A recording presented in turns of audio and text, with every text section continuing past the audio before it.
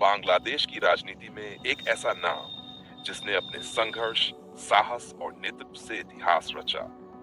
ये कहानी है बांग्लादेश की प्रधानमंत्री शेख हसीना की। लोकतंत्र की रक्षा, विकास और दृढ़ संकल्प की कहानी। प्रारंभिक जीवन। शेख हसीना का जन्म 28 सितंबर 1947 को बांग्लादेश के गोपालगंज जिले के टुंगीपाड़ा में हुआ। वे बांग्लादेश के राष्ट्रपिता शेख मुजीबुर रहमान की बड़ी बेटी हैं। बचपन से ही उन्होंने राजनीति और जनसेवा के वातावरण में परवरिश पाई। 1975 का दुखद दिन।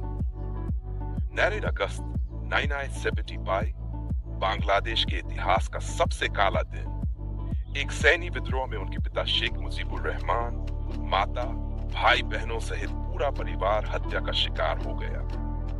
उस समय शेख हसीना जर्मनी में थी और इसी हादसे ने उनके जीवन का उद्देश्य बदल दिया, लोकतंत्र और अपने देश के लिए लड़ना। राजनीति की शुरुआत। 1979 में शेख हसीना बांग्लादेश की प्रमुख राजनीतिक पार्टी बंधन बंधु अवामी लीग की अध्यक्ष चुनी गई। उन्होंने वर्षों तक लोकतंत्र की बहाली, चुनावी अधिकार और लोगों की आवाज उठाने के लिए संघर्ष किया। प्रधानमंत्री बनने की यात्रा। 1996 में लंबे संघर्ष के बाद वह पहली बार बांग्लादेश की प्रधानमंत्री बनी। फिर 2009, 2014 और 2005 के चुनावों में उन्होंने लगातार जीत हासिल की। उनके नेतृत्व में बांग्लादेश ने शिक्षा, स्वास्थ्य, महिलाओं के अधिकार, डिजिटल सेवाओं और इंफ्रास्ट्रक्चर में बड़ा बदलाव देखा। विकास और उपलब्धियां।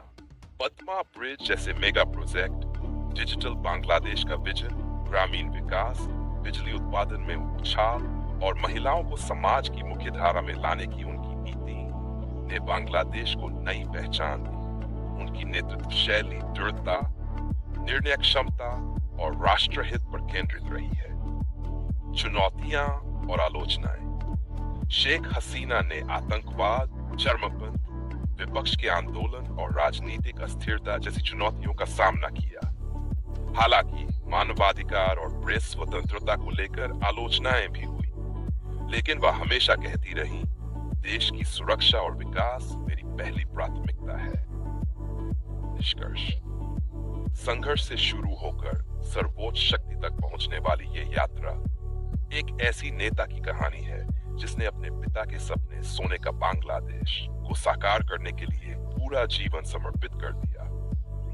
ये थी शेख हसीना, साहस, संकल्प और नेतृत्व